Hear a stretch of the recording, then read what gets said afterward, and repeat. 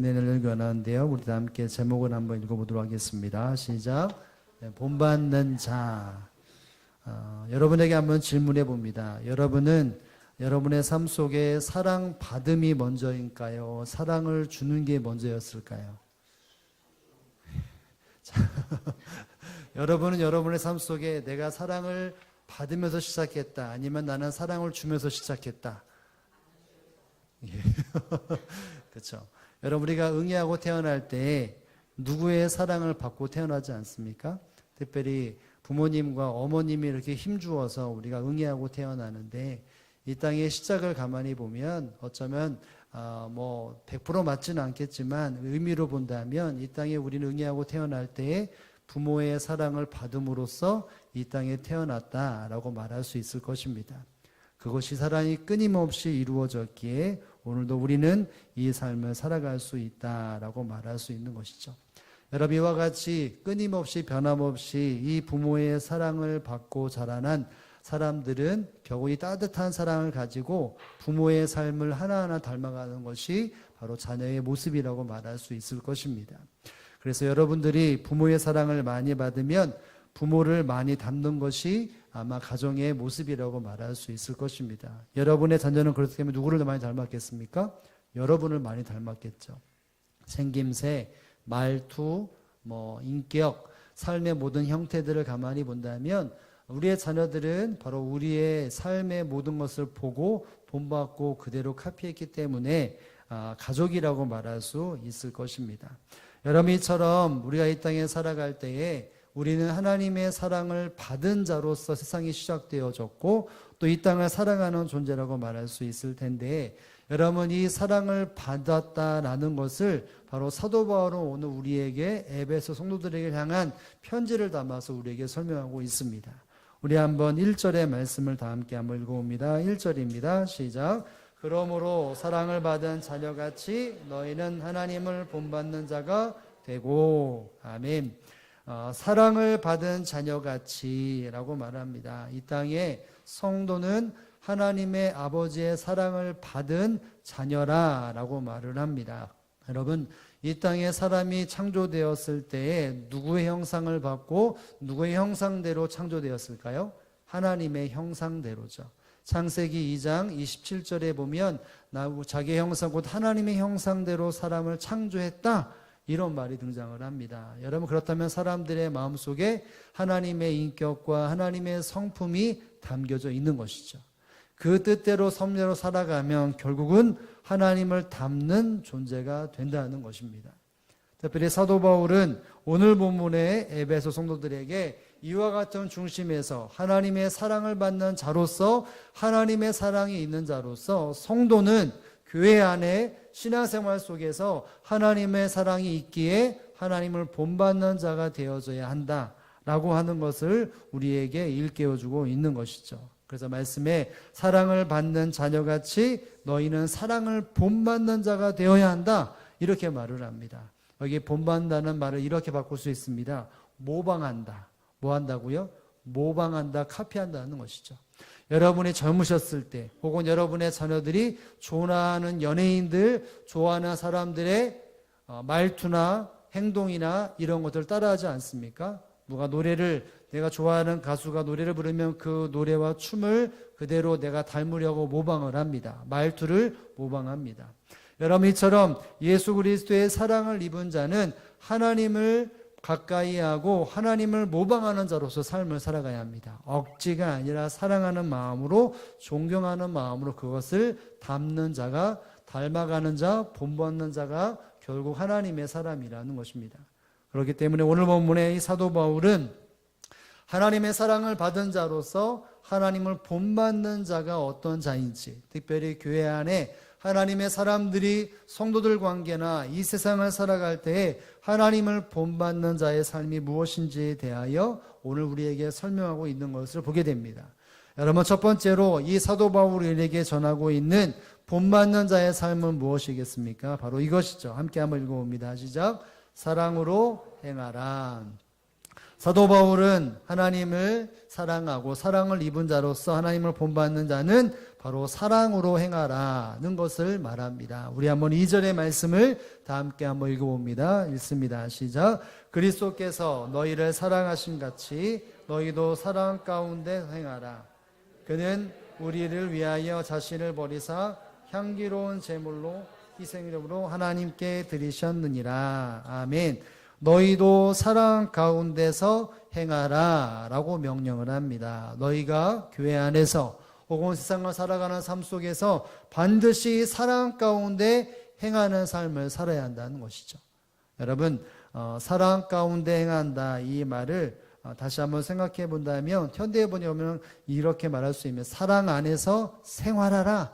사랑 중심으로 생활하라. 이것이 이 단어의 이 문장에 사람들이 이해하기 쉽게 표현한 현대인의 병력이라고 말할 수 있습니다. 다시 말한다면 성도의 삶 속에서는 반드시 사랑이 흘러가야 하는 것이죠. 누구를 만나고 어떤 일을 행할 때, 신앙생활을 할 때, 직장생활을 할 때, 사랑과의 만남이 이루어질 때 그 모든 생활에서는 사랑이 흘러가야 한다는 것입니다. 모든 행함의 중심이 바로 사랑 중심이어야 하고 누구를 대하든 무슨 일을 하든지 그 사람의 마음의 중심에 바로 사랑이라고 하는 뚜렷한 명제가 있어야 되고 말함과 행함의 모든 바탕이 바로 사랑이어야 한다는 것을 사도 바울은 말하고 있습니다. 여러분, 그렇다면 우리가 지금 이 드려지는 예배 가운데도 우리의 중심에 무엇이 있어야 합니까?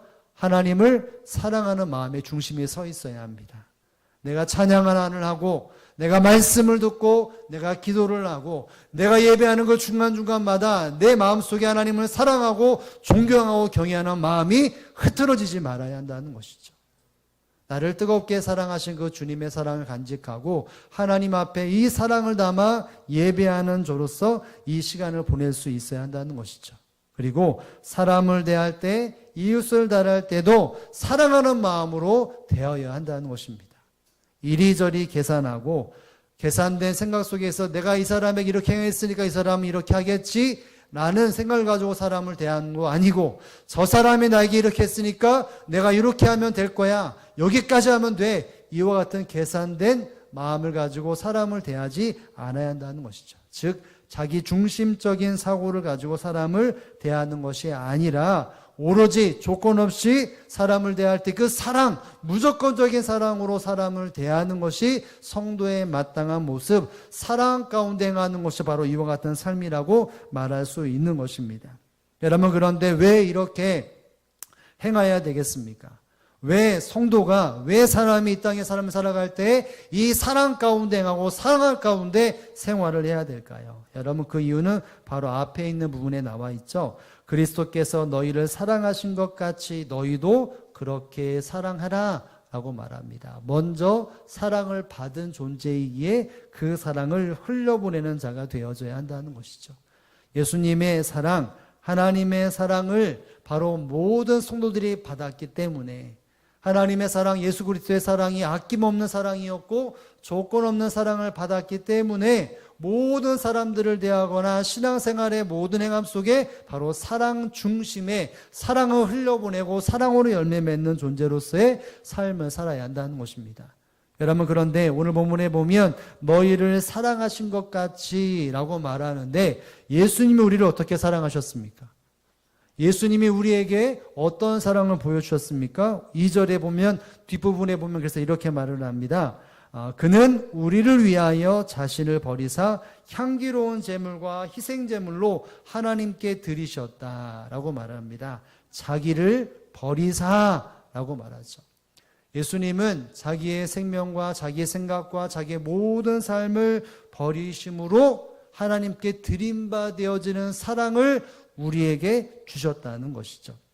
여러분, 여기에 보면 자신을 버리사 향기로운 제물과 희생제물이 되셨다 이 말이 있는데, 여러분, 이 말은 구약에 신약에 표현되었지만 구약에 표현되었던 바로 성경의 말씀을 인용한 것입니다. 우리 한번 읽어볼까요? 레위기 3장 5절에 보면 이런 말씀이 있습니다. 한번 읽어보겠습니다. 시작. 아론의 자손은 그것을 제단 위에 불 위에 있는 나무 위에 번제물 위에 살을 지니되 이는 화제라, 여호와께 향기로운 냄새라. 아멘. 사람이 죄를 짓습니다. 그리고 하나님 앞에 깨끗하게 받으려고 소나 양이나 송아지를 데려와서 그 죄를 제사장에게 고합니다. 그럼 아론 제사장은 제사장들은 그 이야기를 듣고 그리고 그들이 가져온 짐승에게 죄를 전가시킵니다. 그리고 그 짐승을 죽이고 정강이라든지 성경에 나와 있는 것들을 불에 태워서 향기를 발하게 합니다. 흰 연기를 발하게 되어지죠. 그때 그 향기가 바로 하나님이 받으시는 거룩한 향기가 되는 것입니다. 즉, 이 사도 바울이 말하고 있는 자기 자신을 버리사 향기로운 제물과 희생의 제물이 되었다. 이것은 자기를 철저하게 포기하고 자기의 몸을 태워 하나님이 기뻐 흠양하게 되시는 것을 드렸다라고 하는 표현, 구약의 제사를 인용해서 예수님께서 우리에게 이와 같은 사랑을 보이셨다는 것을 우리에게 설명해 주고 있는 것이죠. 여러분, 즉 예수님은 자기를 내어버리고 자기를 불태워서 향기가 되어져 하나님 앞에 드림바 되어지는 삶을 사셨는데 그것이 우리를 사랑하신 사랑의 표현이라는 것입니다. 예수님은 이와 같은 삶을 사셨던 것이죠. 여러분, 그렇다면 이 본문을 한번 생각해 보면서 우리는 우리의 삶을 점검해 봐야 합니다. 여러분은 여러분의 가족과 여러분의 이웃들을 사랑하시죠? 예, 사랑하지 않으실까요? 여러분, 여러분의 가족들과 여러분과 함께하는 사람들을 사랑하십니까? 여러분, 그 사랑이라고 할 때 그 사랑은 이 본문에 나와 있는 사랑이어야 한다는 것이죠. 예수님이 우리를 사랑하신 그 사랑을 가지고 내가 사랑한다라고 고백할 수 있어야 한다는 것입니다. 예수님은 사랑하는 제 아들에게 그래서 말씀에 대해서 이 계명이 새 계명을 내가 너희 준다라고 하면서 이와 같이 사랑을 많은 사람들에게 사랑이 무엇인지를 삶이 무엇인지 이렇게 설명을 하셨습니다. 요한복음 13장 34절입니다. 시작. 새 계명을 너에게 주노니 서로 사랑하라. 내가 너희를 사랑한 것 같이 너희도 서로 사랑하라. 아멘. 내가 너희를 사랑한 것 같이 너희도 서로 사랑하라고 말을 합니다. 예수님께서 자기를 버리사 희생제물이 되고 불로 그 모든 물을 태워 묵체를 태워 하나님의 향기가 달하였던 것처럼 너희가 서로 그렇게 사랑하라. 자기의 몸을 비우고 자기를 내어드려 하나님 앞에 드려진 바 되어지고 하나님의 기쁨이 되어지는 그와 같이 하나님의 뜻이 이루어지는 그 사랑을 너희가 해야 한다. 이것이 새 계명이라고 말씀하십니다. 성경을 집약하면 바로 이와 같이 예수 그리스도의 사랑을 발견하고 이 사랑을 심기우는 것이 살아내는 것이 바로 성경을 믿고 따라가는 성도들의 삶이어야 한다는 것이죠. 사랑으로 이렇다면 우리는 다시 한번 생각해 봐야 합니다. 내가 지금까지 사랑하는 이 사랑이 주님께서 원하시는 사랑이었는지, 내가 지금 머릿속으로 사랑을 계획하고 있는데 하나님께서 말씀하셨고 예수님에게 보여주신 그 사랑을 내가 정말 계획하고 있는지를 생각해 봐야 하는 것이죠. 우리는 우리 마음속에 우리가 실행하고 있는 사랑을 뛰어넘어야 합니다. 내가 주님께서 원하시는 사랑을 하고 있습니다. 이 말은 하나님이 기뻐하시고 하나님이 받으시고 하나님이 나를 통해서 영광 받으시는 사랑을 한다. 이것이 진정한 우리가 삶 속에 들어져야 될 사랑이라는 것이죠. 사랑하는 성도 여러분, 저와 여러분 누군가를 사랑했다라고 고백을 하고 있고 또로 사랑할 것이라고 우리는 다짐하고 있습니다. 여러분, 그 사랑이 정말 성도다운 사랑인지를 한번 생각해 봐야 합니다. 내 자기 중심적인 사랑으로 내가 사랑한다라고 말하고 있지는 않습니까? 사람을 대할 때 요 정도 해야 내가 이 사람을 사랑하고 이 정도 선을 벗어나면 난 이 사람을 사랑하지 않을 거야 라고 하면 선을 지키고 그 뒤로부터는 선을 넘어가면 이 사람에 대한 사랑을 접고 무관심을 하거나 미움을 가져거나 다른 마음을 품고 있다면 여러분 이 사랑을 다시 한번 철저하게 점검해야 합니다. 이 사랑은 자기 만족의 사랑이죠. 하나님이 제외된 내 마음의 기준에 합당한 자기 중심적인 사랑이지 하나님이 내게 허락하시는 사랑이 아니라는 사실을 알아야 한다는 것입니다. 여러분, 예수님이 사랑을 품고 세상을 변화시켰다면 오늘 우리가 이 마음을 품어야만 가정이 변화되어지고 직장이 변화되어지고 나와 함께하는 공동체가 변화된다는 사실을 믿으실 수 있기를 주님의 이름으로 축복합니다. 다른 어떤 사랑이 변화되는 것이 아닙니다. 내가 주의 사랑으로 그 사랑을 가지고 행하고 사랑 가운데 내가 행하면 나의 가정이 따뜻하게 됩니다.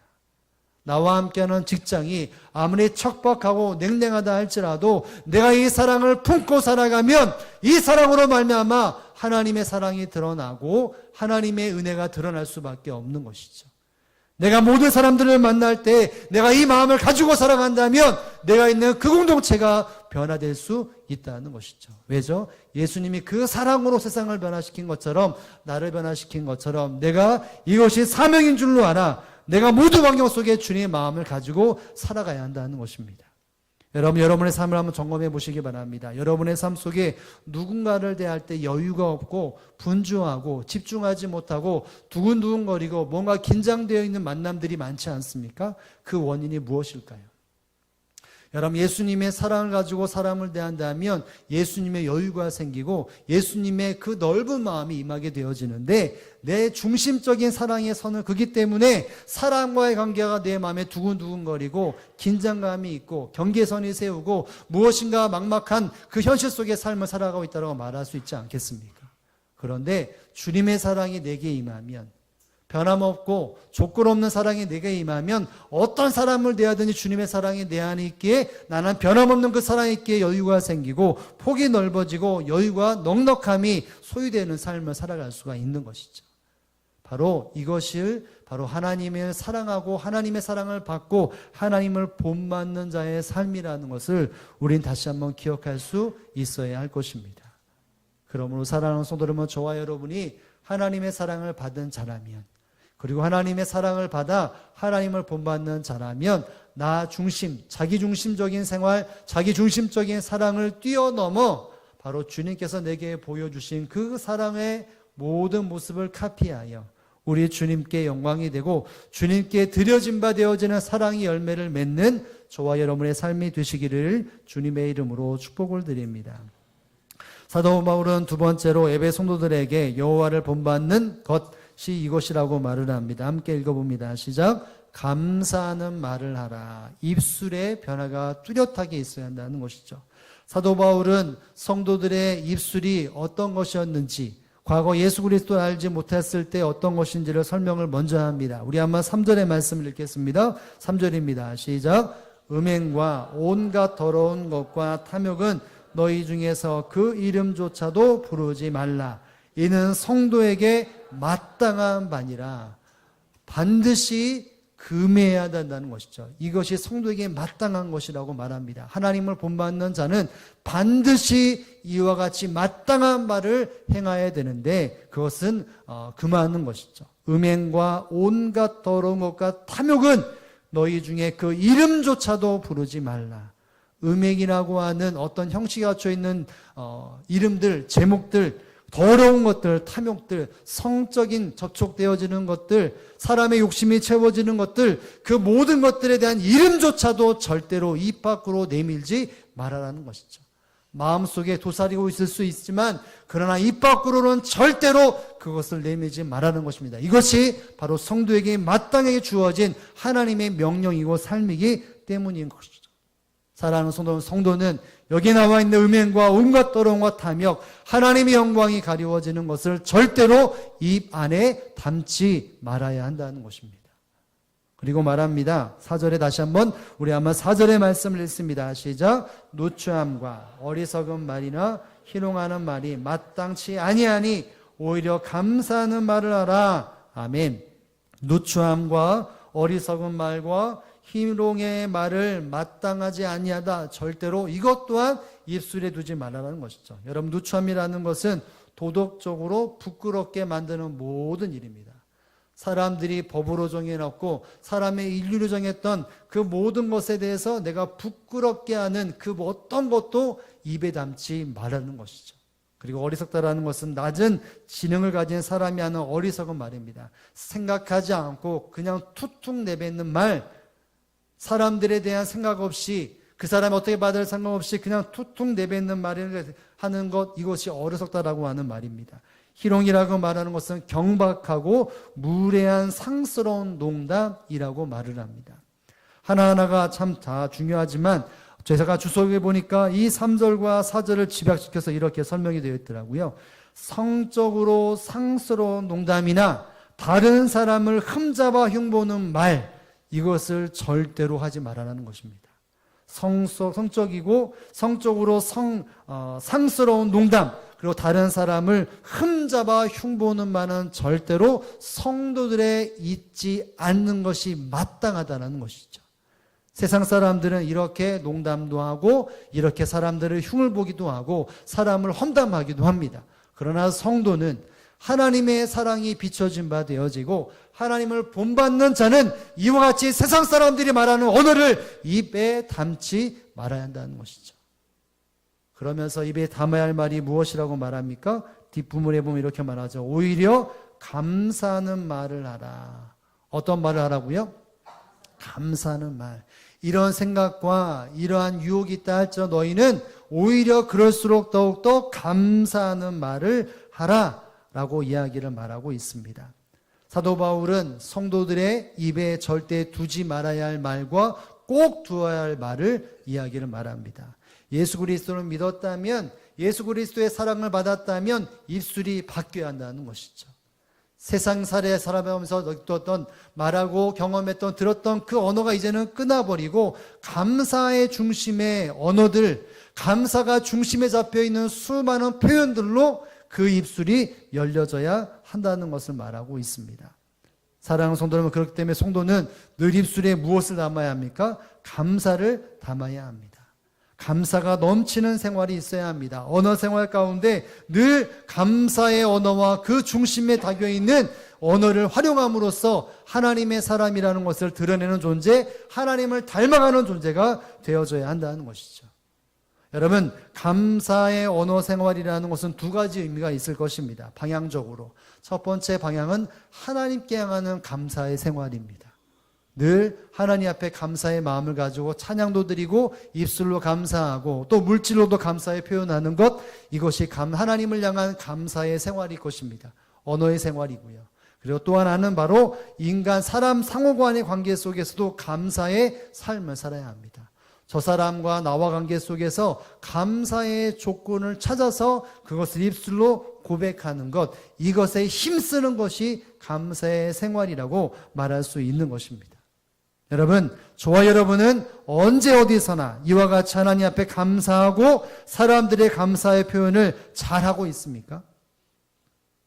여러분, 이렇게 할 수 있다는 것은 요건이 되어야 아마 이렇다라고 말할 수 있을 것입니다. 내가 하나님 앞에 감사를 표현할 수 있고 사람들 관계 속에 내가 감사할 수 있는 것을 어떻게 하면 할 수 있느냐라고 말할 때 우리 이렇게 말할 수 있겠죠. 하나님의 은혜가 깨달아지고 하나님의 사랑이 느껴지면 우리 하나님 앞에 감사할 수 있고 사람 앞에 불평과 원망이 아니라 감사의 표현을 할 수 있습니다.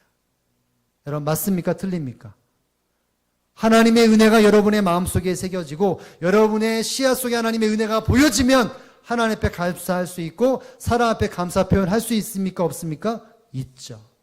하나님의 은혜가 발견되면, 하나님의 은혜가 깨달아지면 우리는 감사의 생활을 할 수 있습니다. 여러분, 그렇다면 물어봅니다. 여러분은 지난 한 주간 동안 하나님의 은혜와 사랑이 멈춰졌던 삶이 있습니까? 없습니까? 여러분이 열심히 살았던 한 주간 속에서 하나님이 한눈을 팔고 다른 것에 신경 쓰느라고 나에게 사랑을 좀 멈추거나 다른 데 신경 쓴 적이 있다라고 여겨지는 것이 있습니까? 없습니까? 네, 속으로는 있다라고 말할 수 있는 사람도 있겠지만 엄밀히 말하면 여러분, 하나님의 사랑과 은혜는 우리의 삶 속에 멈춤이 없습니다. 여러분, 믿으십니까? 여러분, 그렇다면 이 감사의 생활을 할 수 있습니까? 없습니까? 할 수 있습니다. 하나님의 은혜, 하나님의 긍휼, 하나님의 인자, 하나님의 사랑은 끊임없이 우리의 삶에 흘러 들어오고 있다는 사실을 알아야 합니다. 내가 그것을 인지하지 못할 뿐이지, 감각적으로 느끼지 못할 뿐이지, 분명한 사실은 주님의 은혜와 사랑과 긍휼은 우리에게 흘러오고 있다는 사실을 우리는 기억해야 합니다. 예레미야 선지자가 수많은 이스라엘 백성들, 남유다 백성의 멸망을 앞두고 마음속에 가슴을 치며 하나님의 진노가 임한다는 이야기를 하고 있지만, 그러나 그 중심 속에 하나님은 반드시 이 백성을 살리시고 회복 주실 것이라고 하는 마음을 가지면서 하나님은 이와 같은 분이다, 하나님의 인자와 긍휼은 이런 것이다라고 설명을 하는데요. 이렇게 말합니다. 예레미야가 3장 3장 22절과 23절의 두 구절에 보면 하나님의 인자와 사랑이 성도들에게 어떻게 흘러가는지를 설명하는데요. 우리 한번 읽어보겠습니다. 시작.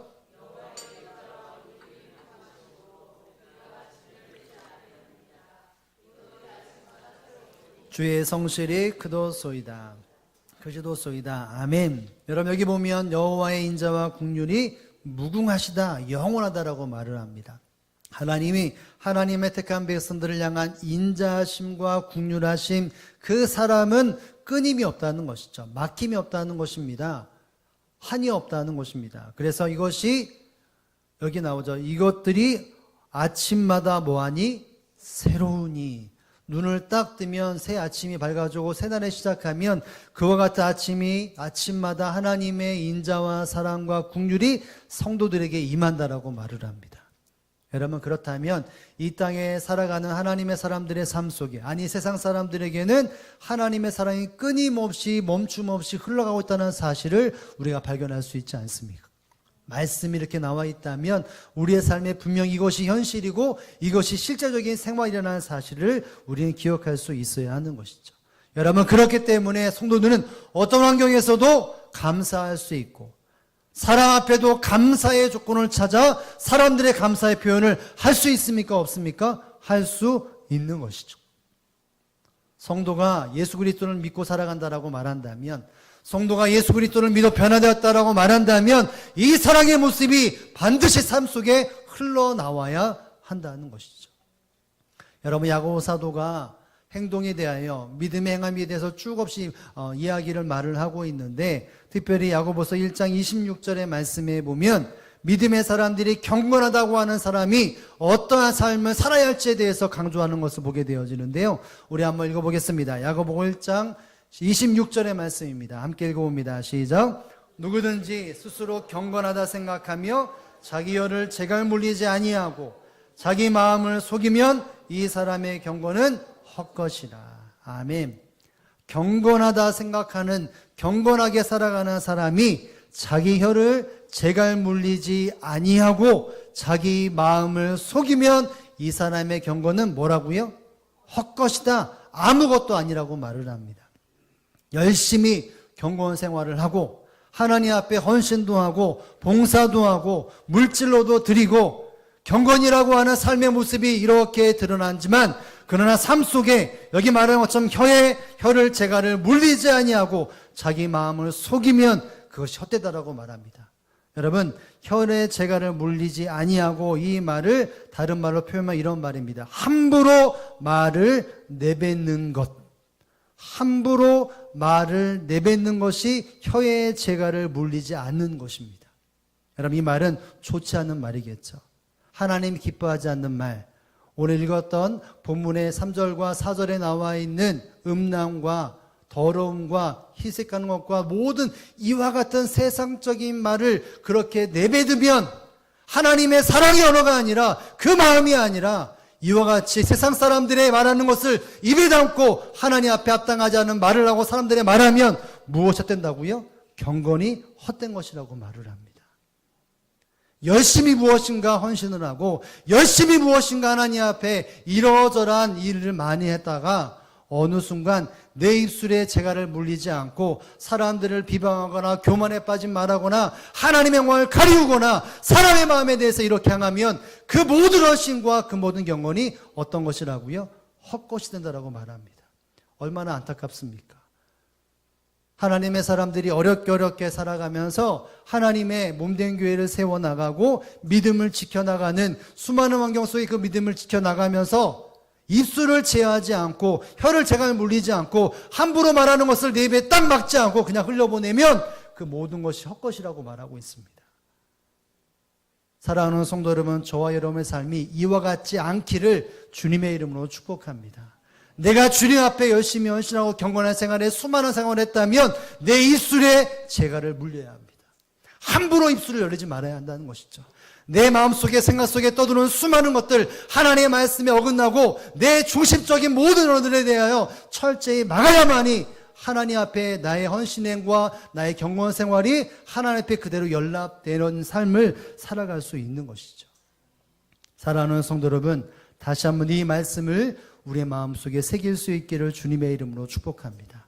하나님의 기쁨이 되어지고 하나님께서 우리를 사랑하시는 사랑을 가지고 하나님을 본받는 자는 절대로 감사하는 말, 감사하는 그 사고와 생각과 언어의 표현으로서 많은 사람들을 대하고 하나님 앞에 삶을 살아가야 한다는 사실을 여러분 믿고 깨달을 수 있기를 주님의 이름으로 축복을 드립니다. 여러분 그렇기 때문에 우리는 날마다 감사의 감각을 키워야 합니다. 뭘 키워야 한다고요? 감사의 감각을 키워야 합니다. 제가 권사님들이나 나이 드신 분들이나 식당을 가면 여지없이 이야기를 하는 게 있습니다. 무엇이 새로운 반찬이 나오면 주인을 부릅니다. 여기에 뭐 넣었어요? 이게 뭐예요? 꼭 물어봅니다. 우리 권사님들이나 여자분들은 집안에서 항상 음식을 하기 때문에 감각이 곤두세워 있습니다. 여기 맛있는 집이야. 그러면 여기에 뭐를 만들고 어떻게 양념을 보고 이것은 뭔지 이름 모르는 반찬이 나오면 이거 뭔가요도 물어봅니다. 여자분들은 그런 감각들을 곤두세우죠. 남자들은 사람을 만나거나 어떤 일을 할 때 업무적인 감각이 있어서 무엇을 끝내고 마감하는 것, 그리고 멀티적인 것들도 이러저러 해야 한다라고 하는 당위성이기 때문에 감각을 곧정 세워서 그런 일들을 다 합니다. 세상 사람들이 살아가는 삶 속에 그와 같이 감각을 경계를 세워서 곤두세워서 그것을 섭렵하듯이 우리도 성도라면 이러한 감각을 키워야 합니다. 어떤 한 것을 보면서 하나님의 은혜구나. 어떤 환경 속에 넘어져도 하나님의 은혜를 찾고 발견할 수 있어야 한다는 것이죠. 여러분 저의 2년 선배 중에 한 분이 길거리를 열심히 돌아가 넘어졌습니다. 바닥 넘어졌어요. 돌에 넘어져서. 돌에 걸려서 넘어졌습니다. 근데 그분이 감사하다라고 표현하더라고요. 왜?